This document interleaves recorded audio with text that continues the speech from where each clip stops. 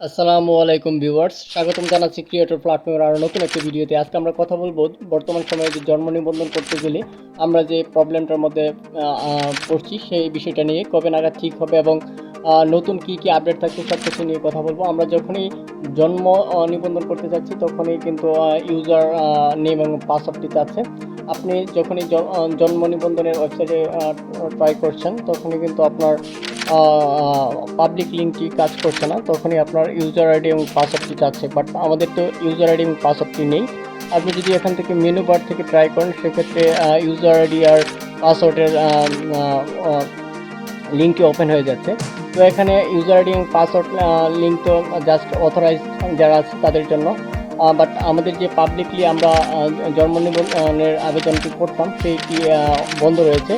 তো এই ব্যাপারে আজকে যতটুকু জানানোর চেষ্টা করব। তো চলেন আমরা একটু বিস্তারিত জেনে আসি কী কী নোটিশ রয়েছে। আমরা যদি এখান থেকে রেজিস্ট্রেশন জেনারেল কার্যালয়ের ওয়েবসাইটে চলে যাই, এখান থেকে আমরা জানার চেষ্টা করব নতুন কী ধরনের নোটিশ রয়েছে এবং কেন এটা বন্ধ বা কেন করতে পারছে না। এখান থেকে যদি আমি নোটিশে চলে যাই সেক্ষেত্রে আমি নোটিশগুলো চেক করব। এখানে জন্ম মৃত্যু নিবন্ধনের সর্বশেষ যে নোটিশটি প্রকাশ হয়েছে সেটি আমি জানার চেষ্টা করব। তো নোটিশের পিডিএফটি আমি ওপেন করার ট্রাই করতেছি। তো এখান থেকে আমি যদি নোটিশে ক্লিক করি সেক্ষেত্রে যে সর্বশেষ নোটিশটি রয়েছে সেটি আমি এখান থেকে দেখানোর চেষ্টা করব। তো এটা এখান থেকে যদি আমি নোটিশটি ডাউনলোড করি সেক্ষেত্রে দেখব সংশ্লিষ্ট সকলের অবগতির জন্য জানানো যাচ্ছে যে জন্ম ও মৃত্যু নিবন্ধন সফটওয়্যার বিডিআরআইএস সিস্টেম মেরামতের কাজ চলমান থাকা এবং সিস্টেম স্থিতিশীলতা বজায় রাখার জন্য বিডিআরআইএস সিস্টেমের কতিপয় পাবলিকলি বন্ধ করা হয়েছে। আর বিডিআরএস সফটওয়্যার বন্ধ নয়। তো ভিউয়ার্স, এখানে আপনারা নোটিশে দেখতে পাচ্ছেন যে এখানে আমাদের পাবলিক লিঙ্কটির মাধ্যমে যারা আমরা সাধারণ জনগণ করতাম তাদের লিঙ্কটি বন্ধ রয়েছে এবং বিডিআরএস যে সার্ভারটি রয়েছে সেটি বন্ধ নয়। আসলে আমাদের পাবলিক যে লিঙ্কটি রয়েছে সেটি আপাতত মেরামতের কাজ চলমান থাকায় সেটি কিন্তু বন্ধ রাখা হয়েছে এবং সিস্টেম স্থিতিশীলতা রাখার জন্য কাজ চলছে। তো যার কারণে কিন্তু আমরা এটি করতে পারছি না। তার মানে আমরা বুঝলাম যে আমরা বর্তমানে যে কারণে করতে পারছি না সেটি হলো যে পাবলিক লিঙ্কটি বন্ধ রাখা হয়েছে। তো এই ছিল এই নোটিশে। আমরা যদি পরবর্তী আরেকটি নোটিশ দেখব, তো পরবর্তী আরেকটি নোটিশ আমি যদি এখান থেকে চেক করি তাহলে আমি আরেকটি নোটিশে চলে যাব। এখান থেকে যদি আরেকটি নোটিশ আমি পিডিএফটি ওপেন করি সেক্ষেত্রে আমি এখান থেকে দেখানোর চেষ্টা করব। সেমভাবে কিন্তু নোটিশটি দেওয়া হয়েছে।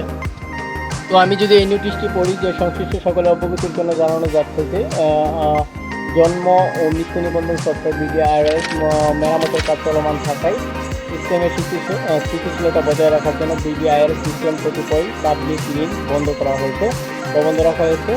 ব্যক্তি পর্যায়ে অনলাইনে আবেদন করা যাবে। বর্তমানে ব্যক্তির জন্ম ও মৃত্যু নিবন্ধন সংক্রান্ত যাবতীয় আবেদন শুধুমাত্র অথরাইজড ইউজার এর আইডি করতে হবে। তো অথরাইজ ইউজার কারা? অথরাইজ ইউজার হলো আমরা যারা যেসব কার্যালয় থেকে জন্ম নিবন্ধন বা মৃত্যু নিবন্ধন গ্রহণ করে থাকে, যেমন ইউনিয়ন পরিষদ, সিটি কর্পোরেশন, পৌরসভা কার্যালয়। তো তারা হলো বা সংশ্লিষ্ট যারা আছে তারা হলো অথরাইজ ইউজার। তাদের মাধ্যমে কিন্তু আবেদনটি করা যাচ্ছে। যারা আপনারা ইমার্জেন্সি করতে যাচ্ছেন সেক্ষেত্রে কিন্তু ইউনিয়ন পরিষদ, সিটি কর্পোরেশন অথবা পৌরসভার যে কার্যালয়গুলো রয়েছে সেখান থেকে আপনারা করতে পারবেন। আপনারা যদিও পাবলিকলি এখন নিজে আবেদনটি করতে পারছেন না, কিন্তু কার্যালয় থেকে আপনারা সেটি করতে পারবেন। তো অথরাইজড ইউজার ব্যতীত অন্য কেউ জন্ম ও মৃত্যু নিবন্ধন সংক্রান্ত কোনো আবেদন করতে পারবেন না। বিডিআরআইএস সিস্টেমের আপগ্রেশন এর নিরাপত্তা যে নিশ্চিতকরণ কার্যক্রম সম্পূর্ণ না হওয়া পর্যন্ত এই অবস্থা চলমান থাকবে। তো ভিউয়ার্স, আমরা কিন্তু এখান থেকে একটা বিষয় ক্লিয়ার হলাম যে এখানে যতদিন পর্যন্ত এটা ক্লিয়ার না হবে, নিরাপত্তা নিশ্চিতকরণ না হবে বা কাজটি মেরামতের কাজ চলছে ততদিন কিন্তু পাবলিক লিঙ্কটি বন্ধ থাকবে। তো আমরা এই জায়গা থেকে আমরা বুঝতে পারলাম যে যখনই এটার মেরামতের কাজ সম্পূর্ণ হবে বা নিরাপত্তা নিশ্চিত করার কাজটা সম্পূর্ণ হয়ে যাবে, এরপর থেকে কিন্তু পাবলিক লিঙ্কটি খুলে দেওয়া হবে এবং আমরা পাবলিক লিঙ্কের মাধ্যমে আমরা যারা সাধারণত জন্ম নিবন্ধনের আবেদন করে থাকি তারা কিন্তু করতে পারবো, যেটি আপাতত সাময়িকভাবে বন্ধ রাখা হয়েছে। সাময়িক এ অসুবিধার জন্য আন্তরিকভাবে দুঃখিত। তো আমরা এখান থেকে কিন্তু বিষয়টা ক্লিয়ার হয়ে গেলাম যে আমরা কবে নাগাদ জন্ম নিবন্ধনের আবেদনটি করতে পারবো আবার পাবলিকলি। যখনই এটা মেরামতের কাজটা ঠিক হয়ে যাবে ঠিক তখনই থেকে আবার কিন্তু এটা কার্যক্রমটি শুরু হয়ে যাবে। আপাতত কার্যালয় থেকে যারা অথরাইজড ইউজার আছে তাদের কার্যালয় থেকে কিন্তু আমরা আবেদনটি করতে পারবো এবং জন্ম নিবন্ধন ও মৃত্যু নিবন্ধন গ্রহণ করতে পারবো। তো এছাড়াও যদি আমরা আমাদের জন্ম নিবন্ধনের নতুন নতুন টেমপ্লেট এসেছে সেই বিষয়গুলো আমরা দেখার চেষ্টা করব।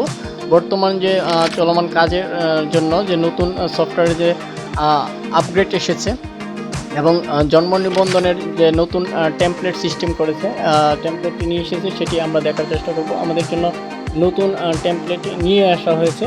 এখানে জন্ম নিবন্ধনের যে বর্তমান নতুন টেমপ্লেটের বৈশিষ্ট্যগুলো সেগুলো এখানে দেওয়া রয়েছে। তো আমরা নতুন টেমপ্লেটটি ইতিমধ্যে দেখে নেব একদম ক্লিয়ার কাট। আমরা এটা আর পড়ছি না, আমরা সরাসরি টেমপ্লেটটি দেখে নিই, দেখে বলার চেষ্টা করব। তো এখান থেকে আমরা যে নতুন টেমপ্লেটটি এসেছে, যে নতুন স্ট্রাকচারটা জন্ম নিবন্ধনের, সেটা আমরা দেখার চেষ্টা করব। এখান থেকে নোটিশ বোর্ড থেকে আমরা নতুন টেমপ্লেটটি দেখব এখানে। তো যদি আমি নতুন টেমপ্লেটটি পিডিএফটি ওপেন করি তাহলে দেখতে পাবো যে এটাই হলো আমাদের যে নতুন জন্ম নিবন্ধনের যে টেমপ্লেট, সেটি হচ্ছে আমাদের এটি এইরকম যারা এখন 25/7/2023 পরবর্তী সময়ে যারা জন্ম নিবন্ধন ও মৃত্যু নিবন্ধন গ্রহণ করবেন তারা এই ধরনের গ্রাফিক্সের জন্ম নিবন্ধনটি পেয়ে যাবেন। এখানে বাংলা এবং ইংরেজি একসাথে দেওয়া রয়েছে, যেটি আগে শুধু বাংলা ছিল বা ইংরেজি ছিল। এখানে আমরা দেখতে পাচ্ছি যে একটি কিউআর কোড এবং বারকোড সংযোজন করা হয়েছে। এছাড়াও নিচে যে 3 জনের সিগনেচার জায়গা ছিল সেখানে 2 জনের করা হয়েছে। তো এই সিস্টেম এই ছিল আমাদের নতুন জন্ম নিবন্ধনের যে আপডেটগুলো। তো আজকে দেখে নিলাম, আশা করি ভিডিওটি আপনার উপকারে এসেছে। তো পরবর্তী ভিডিওর জন্য অবশ্যই সাবস্ক্রাইব করে রাখুন। দেখা হবে নতুন কোনো ভিডিওতে, সে পর্যন্ত ভালো থাকবেন।